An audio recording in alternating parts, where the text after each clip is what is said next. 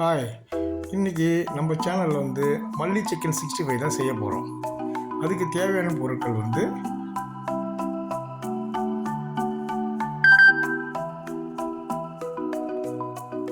இந்த பொருளை வந்து நம்ம வந்து இந்த மல்லி சிக்கன் செய்யறதுக்கு தேவையானதும் நம்ம எடுத்து வச்சுக்கிறோம். அதுக்கப்புறம் வந்து மல்லி வந்து கொத்தமல்லி தழையை வந்து இந்த மாதிரி ஆஞ்சி நம்ம மிக்சியில் போட்டுடணும். அதை அடித்து இந்த மாதிரி வந்து நம்ம ரெடி பண்ணி வச்சுக்கணும். அதுக்கப்புறம் சிக்கன் வந்து ஒரு 1/2 கிலோ போன்லெஸ்ஸாக எடுத்து சின்ன சின்ன பீஸாக நம்ம வந்து கட் பண்ணிக்கலாம்.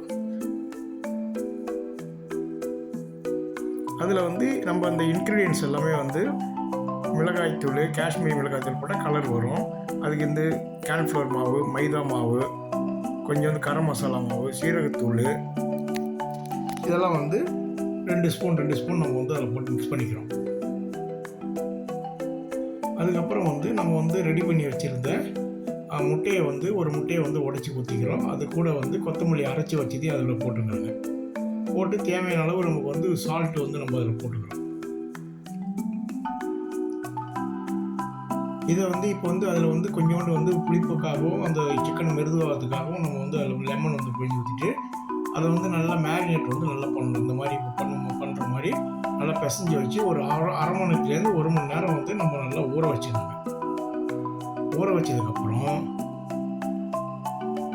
வானலில் வந்து இந்த மாதிரி எண்ணெயை நல்லா ஊற்றி அதில் வந்து நம்ம வந்து ரெடி பண்ணி வச்சுட்டு 1 மணி நேரம் ஊறின அந்த சிக்கனை தனித்தனி பீஸாக இந்த மாதிரி நம்ம வந்து ஒன்று ஒன்றா நல்லா சூடாகிட்டு ஆயில் சிக்கன் போட்டதுக்கப்புறம் பொறுமையாக வந்து நம்ம வந்து மெதுவான சூடு வச்சு அதில் வந்து நல்லா பொரிஞ்சதுக்கப்புறம் அதில் ஒன்று ஒன்றா திருப்பி போடணும்.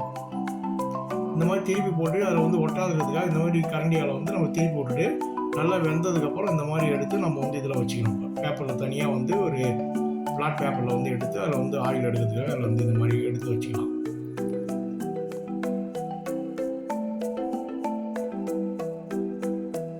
இப்போ அந்த ஆயில் ஃபுல்லாக வந்து இந்த பேப்பர் வந்து எடுத்ததுனால ஃப்ரீயாக வந்து பார்க்கும்போது உங்களுக்கு வந்து ஆயிலெலாம் போய் நல்லா வந்து கிறிஸ்பியாக நல்லா தெரியுது. இந்த மாதிரி பிரித்து பார்த்தா நல்லா வெந்துருக்குது உள்ள.